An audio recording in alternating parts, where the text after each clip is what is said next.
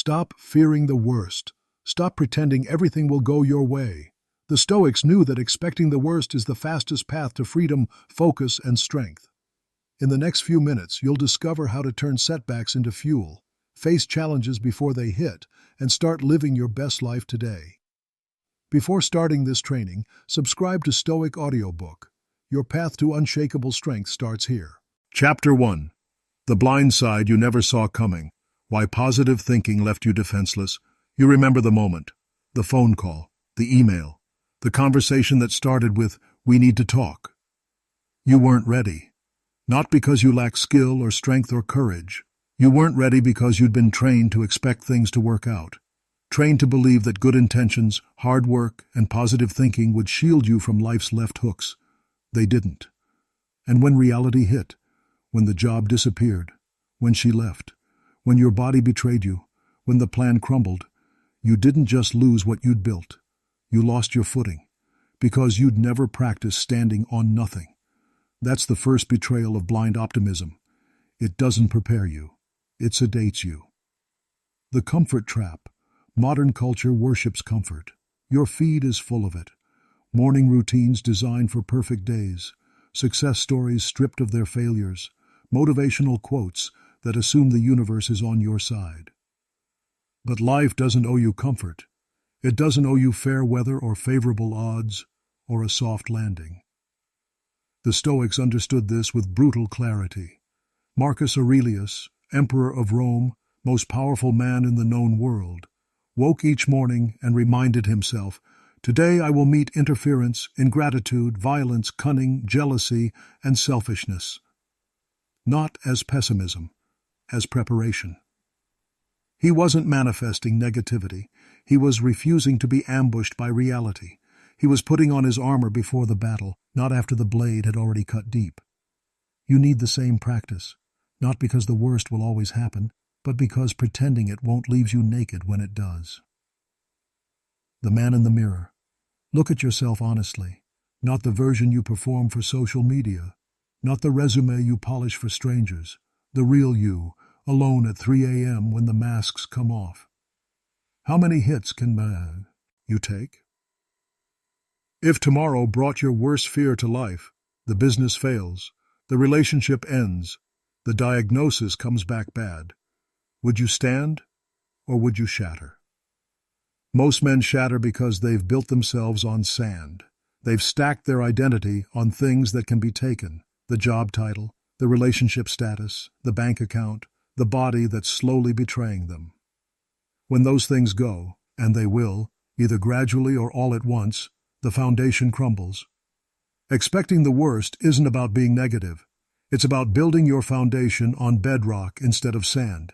It's about constructing a self that doesn't need perfect conditions to remain intact. The blacksmith doesn't pray for the fire to be gentle. He expects the heat, respects it, and forges himself in it. What they never told you about hope. Hope has become a drug, a way to avoid facing what's in front of you. I hope it works out. I hope she comes back. I hope this time is different. Hope without preparation is just procrastination with better marketing. The Stoic philosopher Epictetus was born a slave, literally owned by another man. His leg was broken by his master and never healed properly. He had every reason to hope for better circumstances, to dream of freedom, to wish his life was different. Instead, he studied philosophy and built an inner fortress so strong that when freedom finally came, he was already free. The chains had never touched what mattered. He didn't hope for easier circumstances. He expected hardship and prepared for it so thoroughly that hardship became his training ground, not his prison. That's the difference between hoping and preparing. Hope looks away from reality. Preparation stares at it until it blinks. The storm you're not ready for. Right now, somewhere in your life, there's a storm forming. Maybe it's in your relationship, small tensions you've been ignoring. Conversations you've been avoiding, resentments building like pressure in a sealed container. Maybe it's in your career, a skill becoming obsolete, a market shifting, A younger, hungrier version of yourself coming up behind you, ready to take what you've claimed. Maybe it's in your body. The drinks catching up, the missed workouts compounding, the inflammation and decline happening in silence until one day it's loud. You can feel it if you're honest. That low-grade anxiety, that sense that you're one bad day away from something breaking. Most men numb that feeling.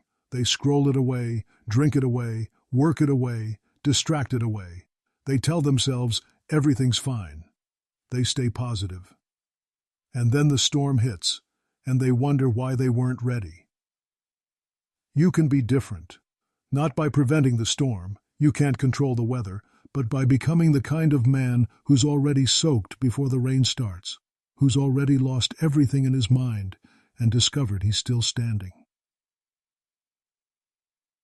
The practice starts now. Tonight, before you sleep, imagine your worst-case scenario.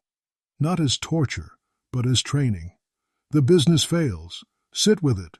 What happens next? Do you become nothing, or do you rebuild with harder hands? The relationship ends. Feel it. Does your identity collapse, or do you remember who you were before her and who you'll be after? The body breaks down. Face it. Are you only worth something while you're strong, or is there something in you that transcends the temporary vehicle? This isn't morbid. It's Stoic. It's what Marcus Aurelius called premeditatio malorum, the premeditation of evils, the practice of mental rehearsal so that when hardship arrives, it finds you ready instead of raw. The boxer doesn't wait until the fight to imagine getting hit. He takes punches in training until getting hit becomes just another Tuesday. His body knows how to absorb impact. His mind doesn't panic when blood fills his mouth. You need the same training for life, the same fam. Familiarity with worst-case scenarios, so that when they stop being scenarios and start being your Monday morning, you're not learning how to stand for the first time. You already know. What remains when everything goes? Strip it all away in your mind. The career gone, the money gone, the relationship gone, the health compromised, the respect lost, the plans dead. What's left? If the answer is nothing, you've built wrong. You've built a house of cards and called it a foundation. You've tied your worth to circumstances and called it strength.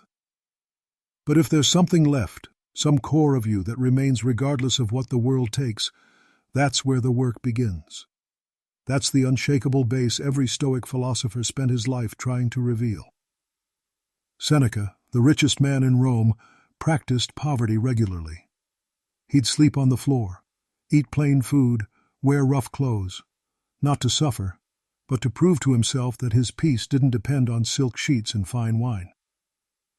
When Nero eventually turned on him and ordered his death, Seneca didn't beg. He opened his veins calmly because he'd already practiced losing everything, including his life, thousands of times in his mind. The loss wasn't new. The death wasn't unexpected. He'd been ready for decades.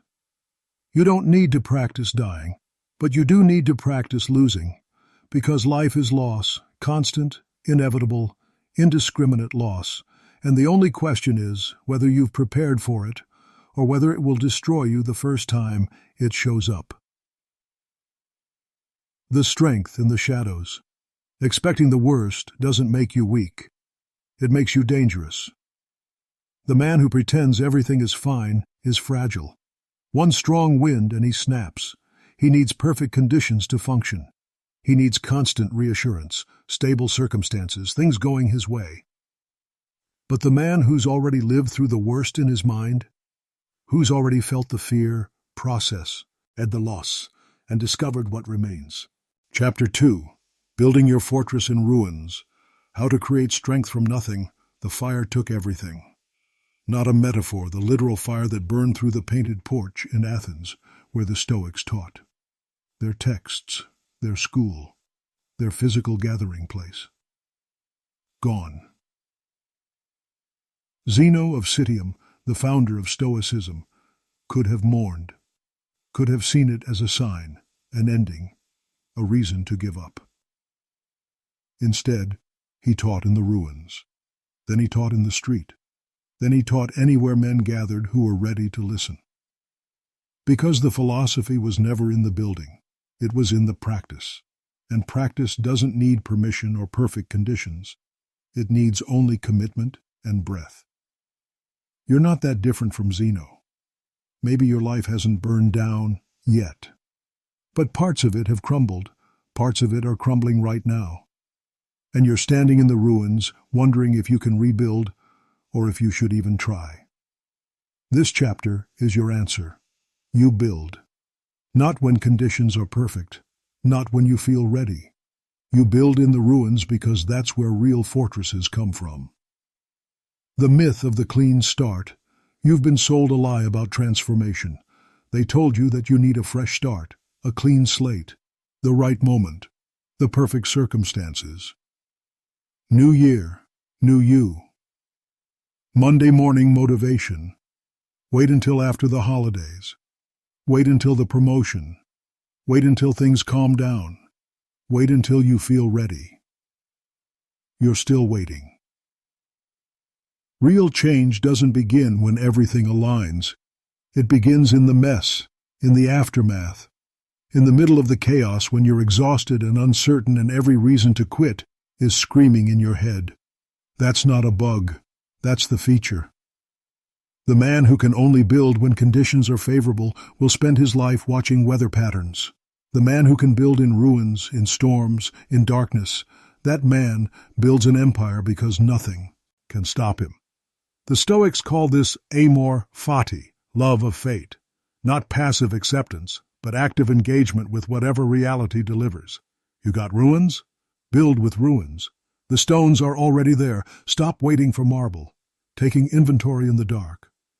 First step, you need to know what you actually have, not what you wish you had, not what you used to have, what's real right now, in this moment, regardless of how it looks. Most men lie to themselves at this stage. They catastrophize. I have nothing. Or they minimize. It's not that bad. Both are forms of avoidance. Both prevent honest assessment. Sit in silence and count what's real. You're breathing. That's one. Don't dismiss it. Men have died for less. Your breath is your foundation, the one thing that's never left you since birth and won't until death. Everything else is built on that. You have a body. Maybe it's damaged. Maybe it's out of shape. Maybe it hurts. But it's here.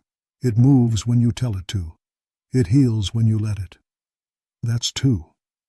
You have a mind. Scarred, yes. Tired, probably.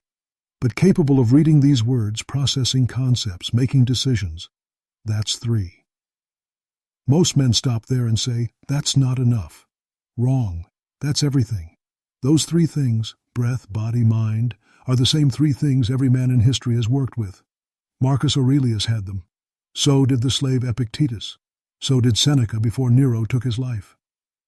The emperor and the slave worked with the same raw materials. The difference wasn't what they had.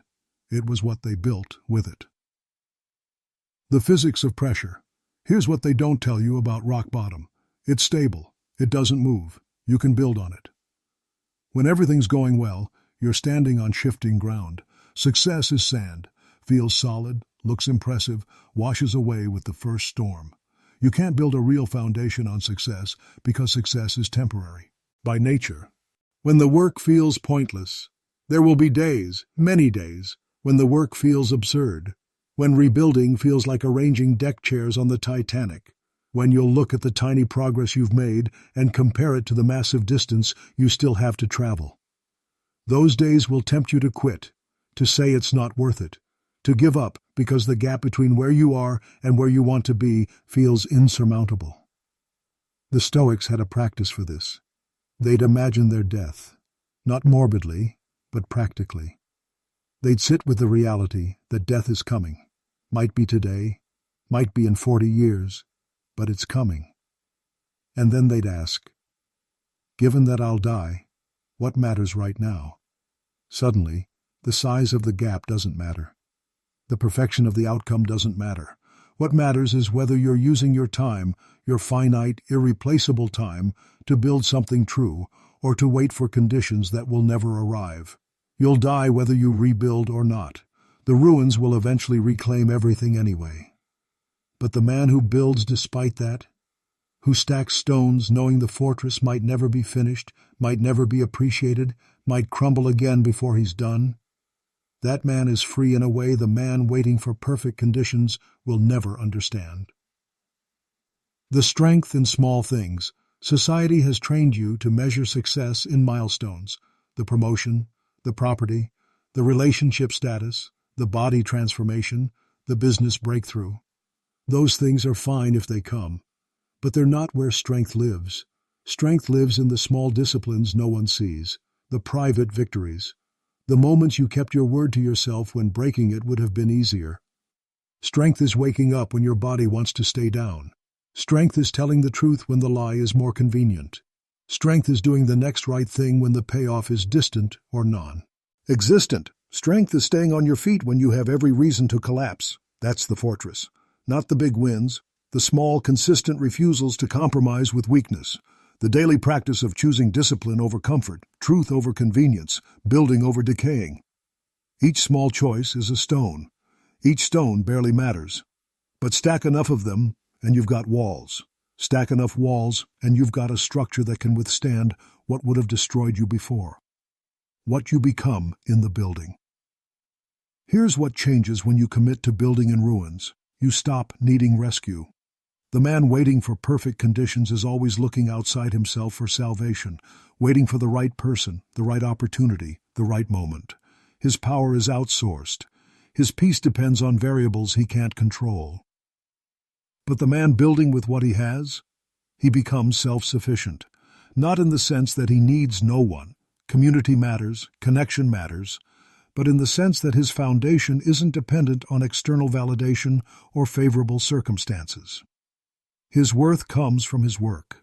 His peace comes from his practice. His strength comes from his refusal to quit when quitting would be easier. That's not arrogance. That's sovereignty. That's what it means to be a free man in a world that wants you dependent, distracted, and domesticated. The Stoics called this apatheia, not apathy, but a state beyond external disturbance, a fortress of the mind where the storms outside don't determine the weather inside. You build that fortress one choice at a time, one morning at a time, one moment of refusing to collapse at a time. The test of interruption. Your rebuilding will be interrupted. Count on it. Just when momentum builds, just when you start to feel progress, something will break. Someone will disappoint you. A setback will arrive. The ground will shift again. And this is where most men quit. They take the interruption as a sign, as evidence that the universe is against them, as proof that rebuilding is pointless. The ruins are the resource. Stop seeing what you've lost as the problem. Start seeing it as the material. The broken relationship taught you what you won't tolerate again. That's a stone. The failed business showed you which risks were foolish and which were brave. That's another stone. The body that betrayed you revealed that you built your identity on the wrong foundation. That's not a loss. That's information. That's material for a stronger foundation. Every ruin contains the resources for rebuilding. You just have to be willing to use what's there instead of crying about what's not. Seneca lost his fortune multiple times, exiled, stripped of wealth, forced to start over. Each time he used it as material for philosophy. His essays on poverty, on loss, on the impermanence of external things, those weren't theoretical. They were written from the ruins, and they've lasted 2,000 years.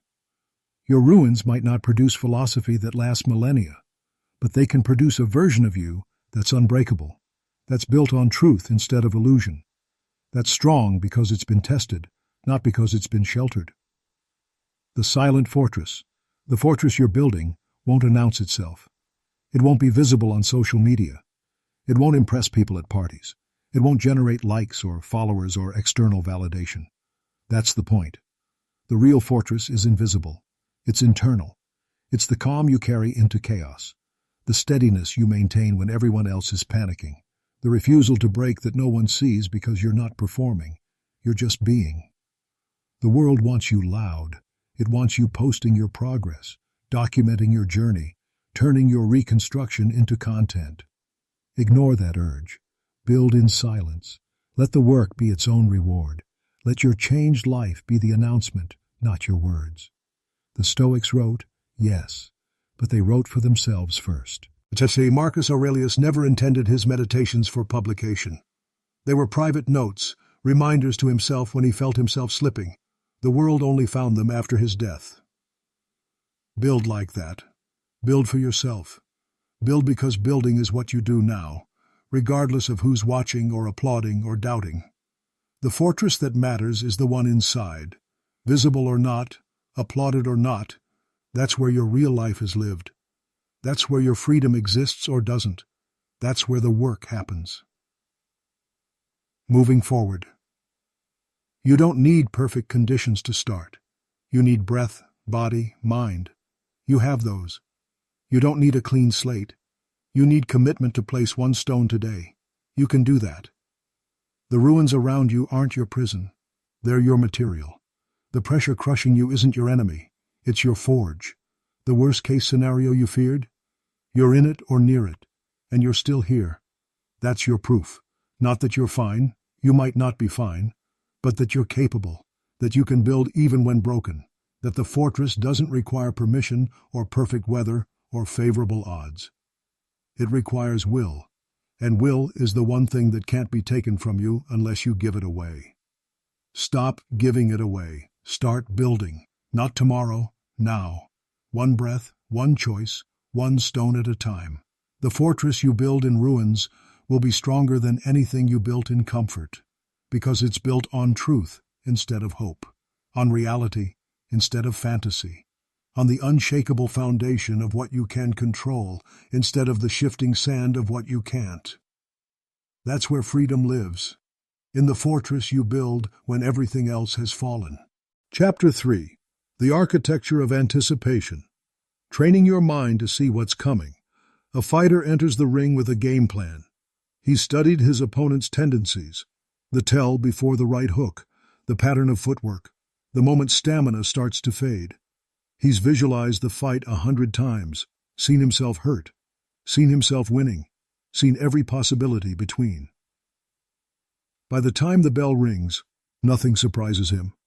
The punches hurt, but they don't shock. He's already been hit in his mind. His body is just confirming what he already knew was coming. That's not paranoia. That's professional preparation. That's the difference between a fighter and a man who just knows how to throw punches. You need the same mental architecture, not for the ring, but for life. Because life is coming at you with combinations you haven't practiced defending. And if you haven't trained your mind to see what's coming, you'll spend your days reeling from blows you should have anticipated. The Stoic practice of premeditation, the Stoics had a name for this, premeditatio malorum, the premeditation of evils. They practiced imagining worst-case scenarios not to torture themselves, but to remove the sting of surprise. Seneca wrote, "Nothing happens to the wise man against his expectation, nor do all things turn out for him as he wished, but as he reckoned. And above all he reckoned that something could block his plans." Read that again. The wise man doesn't expect everything to go right. He reckons, calculates, anticipates that something will go wrong. He builds that expectation into his planning. So when it happens, it's not a crisis, it's a Tuesday. This isn't pessimism, it's preparation. It's the difference between hoping you won't get punched and training to take the punch when it comes. Most men operate on hope. They hope the relationship will last, hope the job is secure, hope they're healthy. H. holds. Hope nothing major breaks. And when hope meets reality, reality wins every time. You can be different. You can train your mind to run scenarios the way a chess player sees moves ahead, not to create anxiety, but to eliminate surprise, to build response patterns before you need them. Running the scenarios. Tonight, before sleep, run your mind through 3 scenarios, not vague worries, specific situations. Scenario 1, loss of income, the job ends. The business fails. The income stream dries up. Don't just feel the panic. Move through it. What actually happens next? You'd have to cut expenses. Which ones? Immediately. Which subscriptions, memberships, indulgences would you eliminate? Write the list in your mind. You'd have to generate income elsewhere. How? What skills do you have that someone would pay for tomorrow, not 6 months from now? Teaching? Repair? Writing? Building? Labor? You'd have to tell people. Who needs to know immediately? What conversations become necessary? What pride has to die for survival to continue? Play it forward, not to the catastrophic end, homelessness, starvation, doom, to the realistic next steps, the uncomfortable but survivable adjustments that would become your new normal. Now assess. Would you survive? The honest answer is yes. It would be hard. It would be humbling, but you'd survive. Men have survived worse with less. That knowledge, that certainty that you'd find a way, changes everything. The fear loses its power. The scenario stays bad, but it stops being the end of the world. Scenario 2. Relationship ending. She leaves. Or you leave. Or the relationship you've built your identity around dissolves. Don't skip over the pain.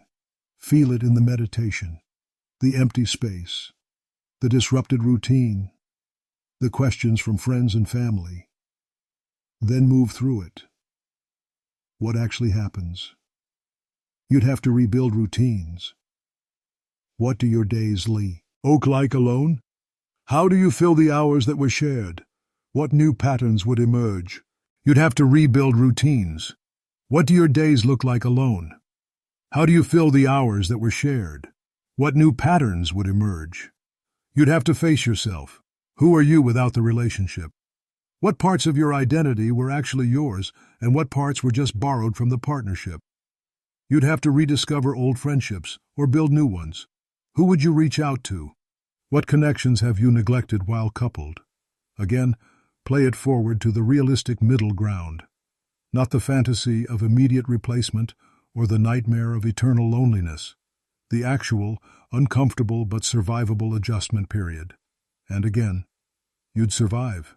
You'd be different, maybe diminished for a while, but you'd continue. The world doesn't end when relationships end, it just shifts. Scenario 3. Health compromise. The body breaks down.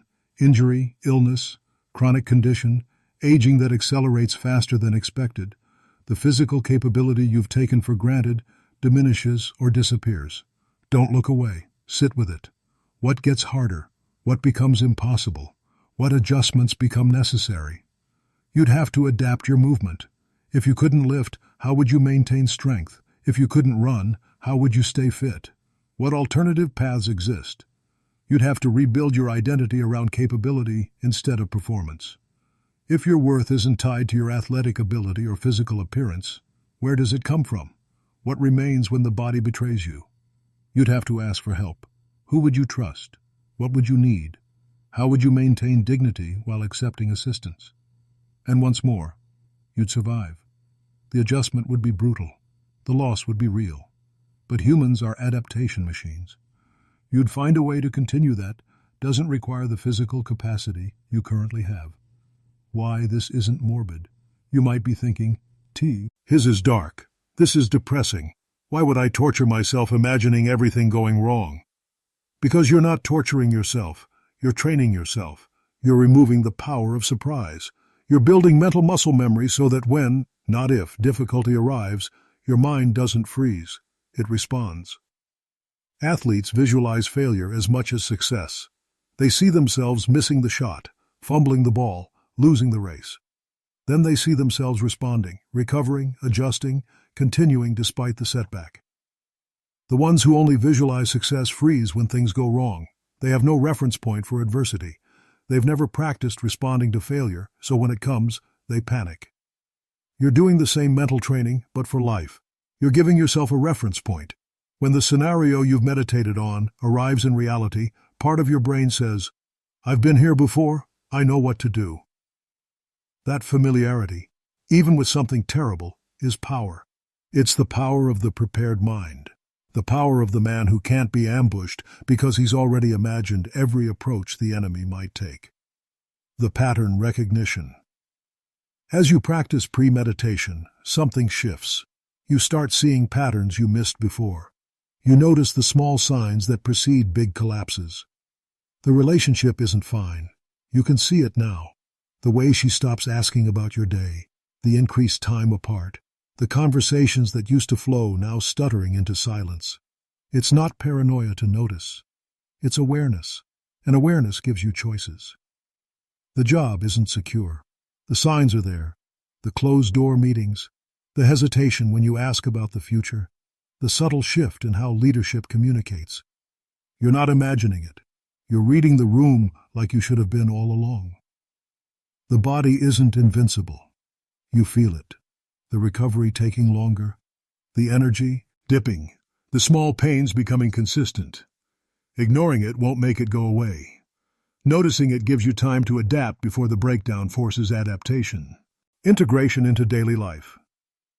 This practice shouldn't be separate from your life. It should inform it. The scenarios you meditate on should shape the decisions you make today. If you've meditated on income loss and realized how vulnerable you are to a single income stream, start building a second one now. Don't wait for the disaster. Use the insight from premeditation as motivation for present action. If you've meditated on relationship loss and discovered how much of your identity is tied to another person, start developing independence now, not to prepare for breakup, but to become a more complete person, whether the relationship lasts or not. If you've meditated on health crisis and recognized how much you take physical capability for granted, start treating your body with the respect it deserves now. Protect your health while you have it, instead of mourning it when it's gone. This is the full practice. Meditate on worst-case scenarios, build response protocols, then let the insights from those meditations shape present decisions. The future you're imagining informs the life you're living. The Stoics calm. You've seen it. The man who remains calm when everyone else panics. The one who thinks clearly in crisis while others freeze or flail. The one who seems unmoved by disasters that would break most men. He's not superhuman. He's not blessed with unusual courage or rare resilience. He's practiced. He's spent time in the dark places of imagination so that when reality takes him there, it's familiar territory. That's what you're building. That unshakable calm that comes from preparation. That quiet strength that emerges when you've already survived the worst in your mind 100 times before facing it once in reality. People will call it stoicism. They'll say you're cold or unemotional. They're wrong. You feel everything, the fear, the pain, the loss, but you've processed it in advance. You've already moved through the shock in private. So in public, in the moment when action matters, you're capable of action. That's the gift of premeditation.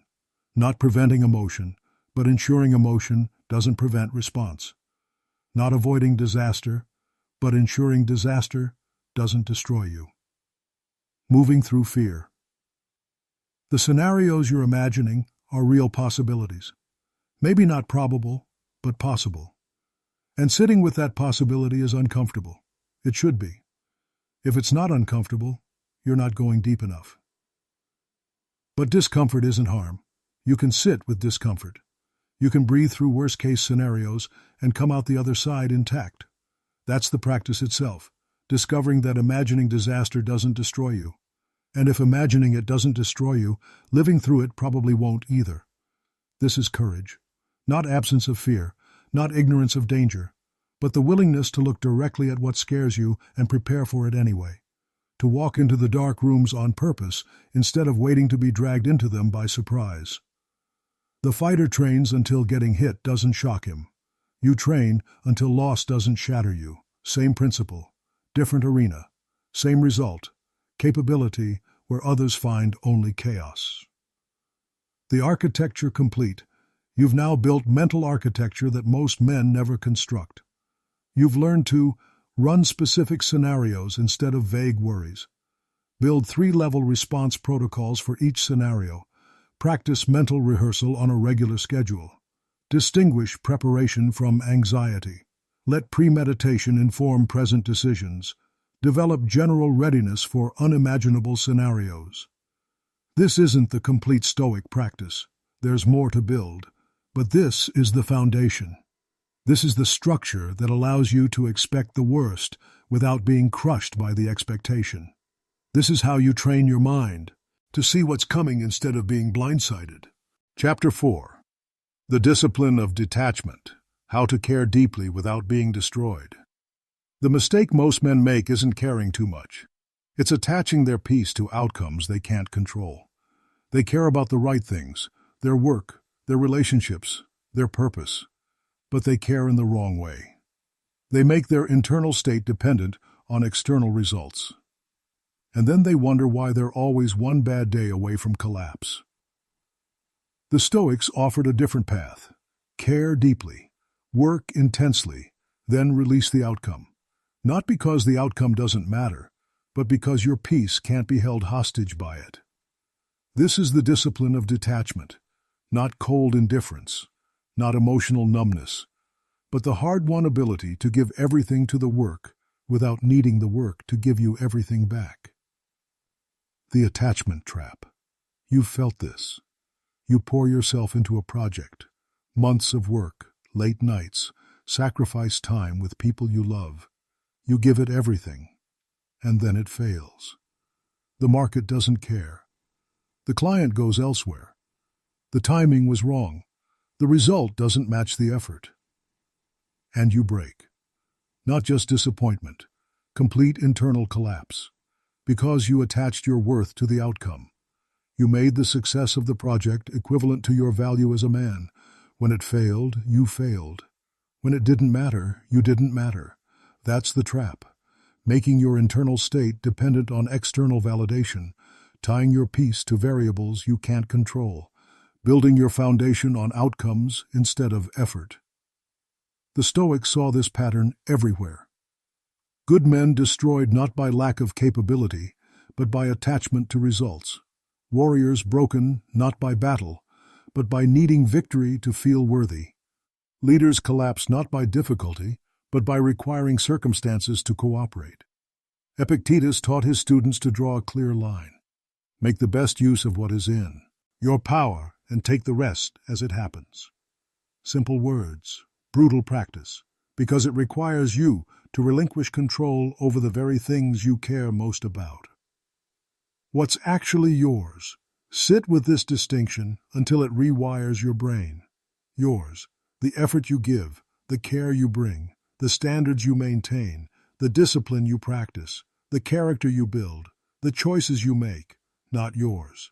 Whether it succeeds, whether people appreciate it, whether timing cooperates, whether the market responds, whether others reciprocate, whether outcomes match effort, most men reverse this. They obsess over what's not theirs and neglect what is. They track results, followers, revenue, recognition, response. And they let their discipline slip because they're too busy measuring outcomes. You need to flip it, become obsessed with what's yours, perfect your effort, refine your process, elevate your standards, make the quality of your work your religion. Then let the results be whatever they're going to be, not because they don't matter, but because they're not actually within your control. And what you can't control can't be allowed to control you. The farmer's wisdom. A farmer plants seeds in good soil at the right time. He tends them, waters, fertilizes, protects from pests. He does everything a skilled farmer knows to do. Then he waits. He doesn't control the weather, can't command the sun or stop the storms, can't force growth or guarantee harvest. He's done his part. The rest is not his to manage. Does he care about the harvest? Deeply. His livelihood depends on it. His family's survival depends on it. But his peace doesn't depend on it, because he knows the distinction between his work and the outcome of his work. Good farmers sleep while storms threaten their crops, not because they don't care, but because worrying doesn't change weather patterns. They've done what is theirs to do. The rest is beyond them. You need the same wisdom. You're planting seeds constantly. In your work, your relationships, your body, your future. You're responsible for the quality of planting and tending. But the harvest, that's not up to you. Stop losing sleep over what you can't control. Save your energy for what you can. The planting, the tending, the daily discipline that good farmers practice regardless of whether last season's harvest was abundant or sparse. Detachment in relationship. This is where the practice gets hardest, because nothing triggers attachment like love. Nothing makes men abandon Stoic principle faster than wanting to keep someone who's considering leaving. You meet her, you invest. Time, attention, emotion, vulnerability. You care deeply, you build together, and then you sense the shift, the distance increasing, the response time lengthening, the warmth cooling. Attachment says, fix it, control it, make her stay. Your peace depends on this working. Your worth is tied to whether she chooses you. Panic now. Act from fear. Compromise your boundaries. Become someone you're not to keep what's slipping away. Detachment says, I care deeply. I'll give my best. I'll communicate honestly. I'll show up fully. But I can't control whether she stays. Her choice is hers. My peace can't depend on her decision. I'm complete whether this works or not. One is prison, the other is power. But let's be clear, detachment doesn't mean not caring, doesn't mean emotional unavailability, doesn't mean withholding love as protection against loss.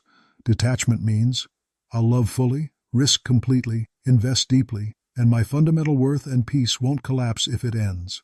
I'll grieve the loss, feel the pain, honor what it meant, but I'll remain intact, because my foundation doesn't rest on whether anyone stays. The man who needs her to stay becomes desperate, and desperation is unattractive at the levee. L of DNA. It signals that you've outsourced your worth, that you're incomplete without her, that your peace depends on her cooperation.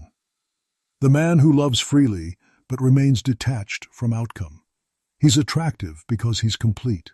He wants her, but doesn't need her to survive. His foundation is his own. She can add to it or not. Either way, he remains standing.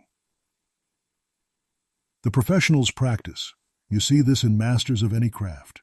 The writer who's published 30 books doesn't attach his worth to whether the 31st sells. He cares about writing well. That's his control. Sales, reviews, recognition, those are weather patterns. He doesn't ignore them, but he doesn't let them determine whether he writes tomorrow. The entrepreneur who's built and lost companies understands this viscerally. She launches with full commitment, works with absolute discipline, then releases the outcome. Maybe this one scales, maybe it fails. Either way, she's already thinking about the next build, because her identity isn't tied to any single outcome.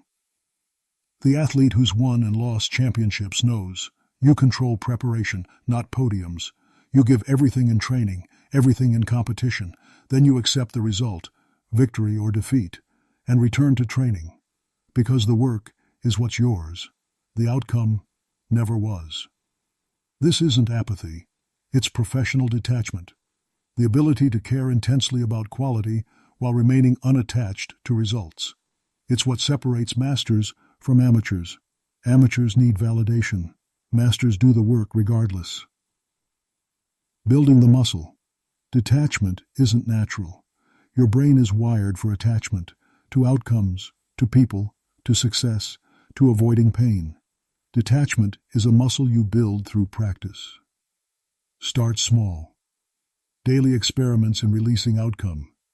You send a difficult email, business proposal, honest conversation, vulnerable disclosure. The moment you won't, hit send, practice detachment. You've done your part. You wrote with care, checked for clarity, hit send with intention. Now release it. The response isn't yours to control. Most men obsessively refresh their inbox, check their phone every 5 minutes, build anxiety waiting for reply. They've outsourced their peace to someone else's response time. You can be different. Send the email, close the laptop, move to the next thing. Let the response arrive when it arrives. Your peace doesn't depend on reply speed or content. You controlled the quality of your message. That's where your focus belongs. Do this repeatedly, hundreds of times. Train your nervous system to release outcome after investing effort. It's uncomfortable at first. Your brain screams, "But we need to know, we need to control this." That's the addiction talking, the addiction to outcome control. Let it scream. Keep practicing release. The discomfort is the practice working. When loss arrives, because it will, you'll invest deeply, care completely, give your best, and it still won't work. The relationship ends. The business fails. The outcome doesn't match the effort. This is where detachment proves its worth. Not in preventing pain. You'll feel pain. You're human. You're supposed to feel pain when you lose something that mattered. But detachment prevents the pain from destroying your foundation. The attached man. This failure means I'm worthless. My effort meant nothing. I'm broken. The detached man. This failed. I gave it everything and it wasn't enough. That hurts. I'll grieve it. And then I'll build again. Because my worth isn't tied to this single outcome. My foundation remains. See the difference? Both feel pain. One is destroyed by it. The other moves through it intact. Seneca lost his fortune multiple times. Each time, the loss hurt. He didn't pretend it didn't matter, but his peace, his core sense of self, wasn't tied to the fortune. So he grieved the loss and rebuilt, because he understood what was actually his and what never was. The paradox of detachment. Here's what is strange. Practicing detachment often improves outcomes, not because the universe rewards Stoics, it doesn't, but because detached people perform better. When you're attached to outcome, you perform tight, scared of failure, desperate for success. That desperation interferes with execution. You second-guess. You overthink. You let fear of failure prevent full commitment to effort. But when you're detached, you perform free. You've already accepted that you can't control the result, so there's nothing to be tight about. You give everything to the process because process is your domain. And full commitment to process usually produces better results than desperate attachment to outcome. The fighter who needs to win fights scared. The fighter who's detached from winning but committed to fighting, he fights free, and freedom usually beats fear. This doesn't mean you don't want to win. It means you want to fight well more than you need to win. And that subtle shift in priority changes everything about your performance. Detachment from identity. The deepest attachment, the one most men never examine, is attachment to identity, to the story you tell about who you are, to the role you've built your life around. You're the successful one, the provider, the strong one, the one who figures it out. And as long as circumstances cooperate with that identity, you're fine. But when circumstances shift, when you're no longer succeeding, no longer providing, no longer strong, no longer figuring it out, the identity shatters, and because you attached your worth to the identity, you shatter with it. Marcus Aurelius practiced detaching from identity daily. He reminded himself, "You're a little soul carrying around a corpse." Not to be morbid, but to remember that all identities are temporary. Emperor today, corpse tomorrow. The role changes. What remains? Your character, your choice. It's in the moment. The quality of your responses. That's what's real. Everything else, including the story you tell about who you are, is just weather passing through. When detachment feels wrong, there will be moments when detachment feels like betrayal, like you're giving up, like you're not caring enough, like you should be fighting harder, caring more, refusing to release. That's attachment defending itself. It knows detachment threatens its power over you. So it disguises itself as nobility. A real man would fight for this. Caring means never letting go. If you detach, you're quitting. Wrong. Detachment isn't quitting. Quitting is abandoning effort. Detachment is maximizing effort while releasing outcome. You give more when detached, not less, because you're not holding back to protect yourself from potential failure. The attached man gives 80% because he's scared of failing at 100%. The detached man gives 100% because he's already accepted that failure is possible, and his worth isn't tied to preventing it. Who's actually caring more? Who's actually giving more? The one clinging to outcome or the one fully committed to effort? The final release, the ultimate practice, detachment from life itself. This sounds extreme. It's not. It's the only honest relationship with existence. You're going to die. Maybe today, maybe in 50 years. That's not pessimism. It's fact. And every moment you spend attached to continuing, to avoiding that inevitable end, is a moment spent in fear. The Stoics practiced contemplating death daily. Memento mori. Remember, you will die, not to be morbid, but to be free. Because when you've fully accepted the ultimate outcome, your death, every smaller outcome loses its power to control you. Will the business fail? Compared to inevitable death, does it matter? Will she leave? You're both dying anyway, every day bringing you closer to permanent separation. Will this succeed? You'll be dead before long. Success is temporary at best. This isn't nihilism. It's perspective.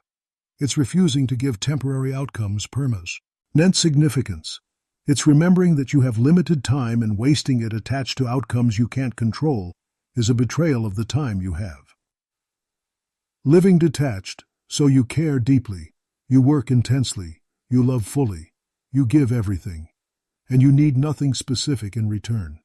You want good outcomes. You're not a robot. But your peace, your worth, your foundation, those don't depend on getting what you want. That's the practice. That's the discipline. That's what transforms expecting the worst into living your best. Because when you're detached from outcome, the worst-case scenario stops being catastrophic. It's just another outcome. Unwanted, yes.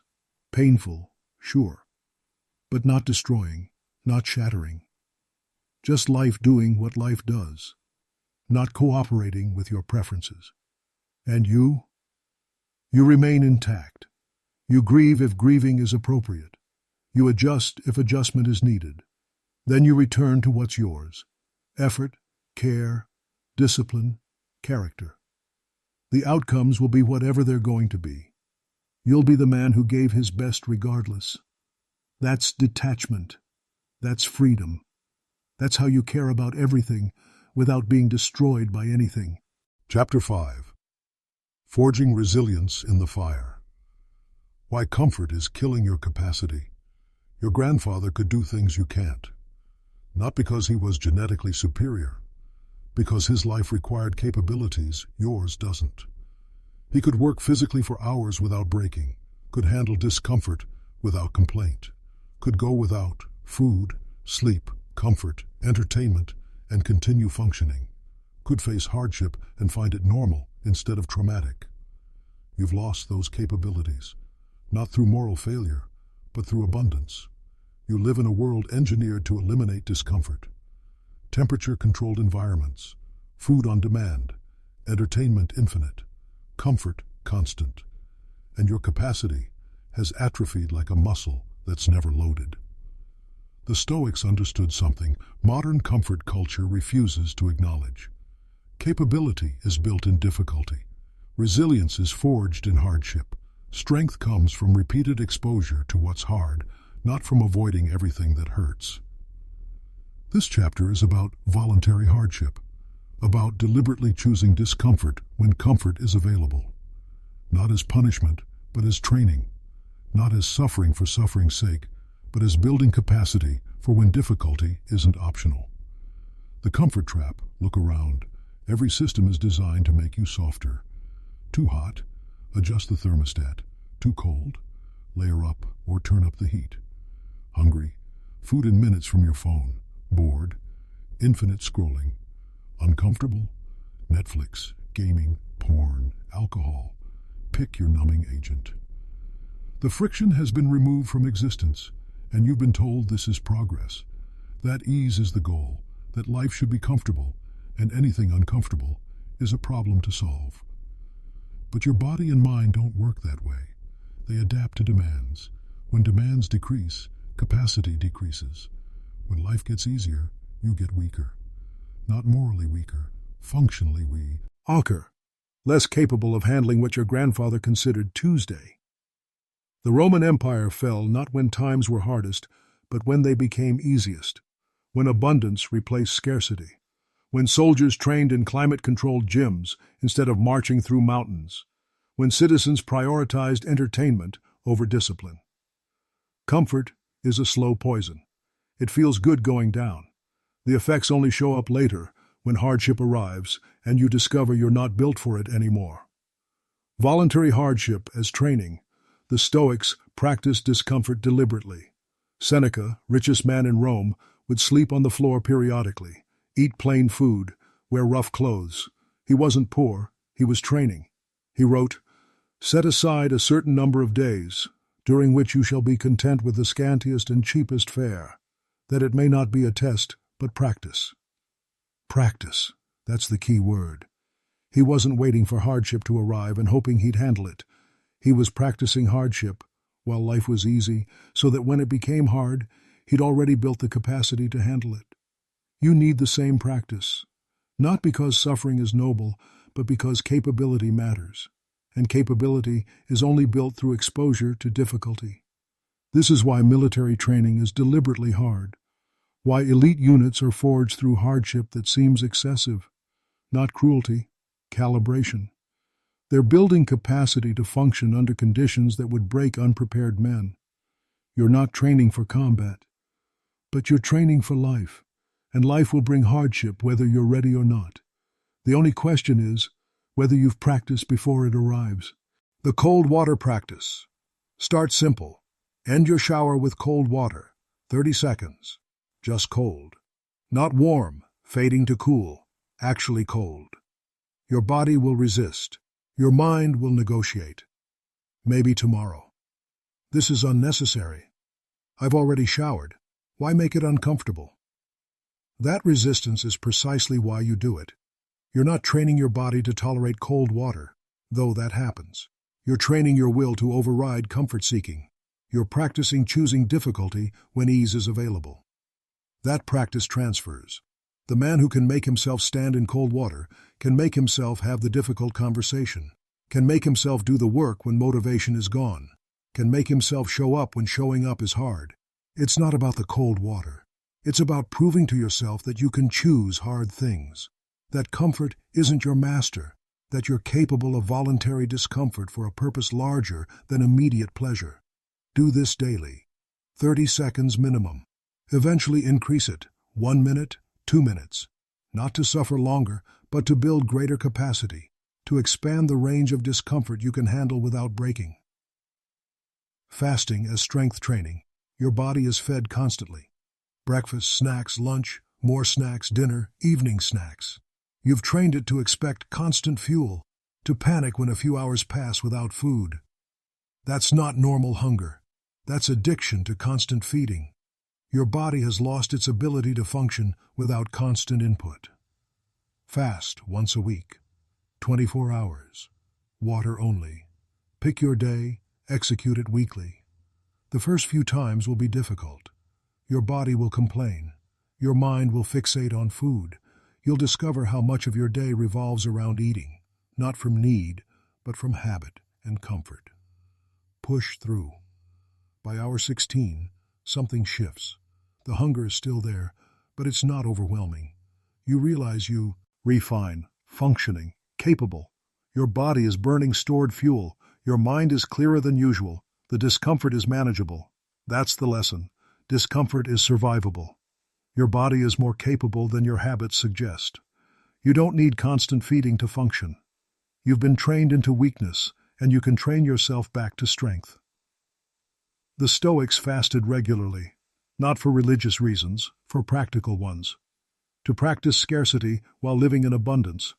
To ensure that if food became scarce, they'd already know how to function without it. Marcus Aurelius fasted during military campaigns, not because food was unavailable, but because he wanted to function at his best while his body was stressed. He'd trained for it. His soldiers hadn't. Guess who performed better under stress? Physical discomfort as daily practice.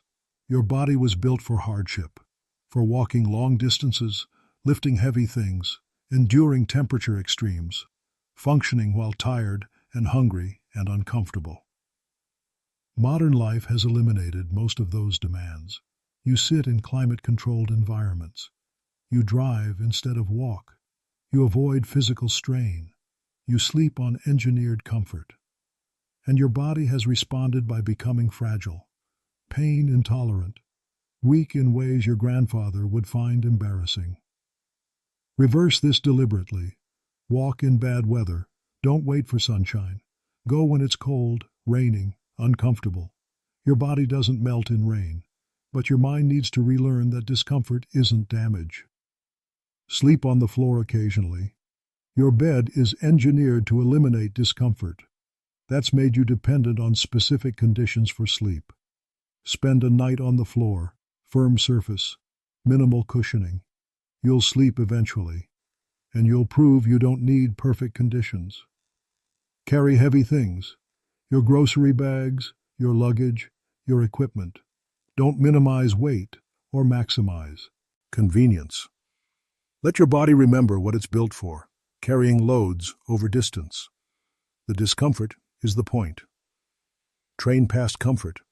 When the workout gets hard, that's when the adaptation begins.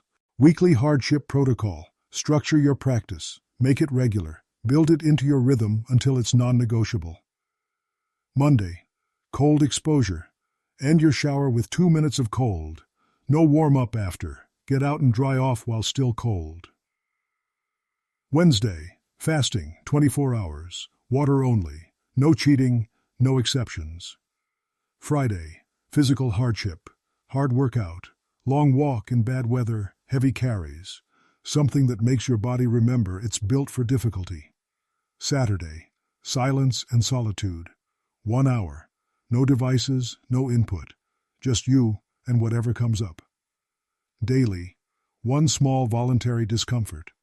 Take the stairs when the elevator is available. Park far from the entrance. Skip the snack you're craving. Sit with hunger for 30 minutes before eating.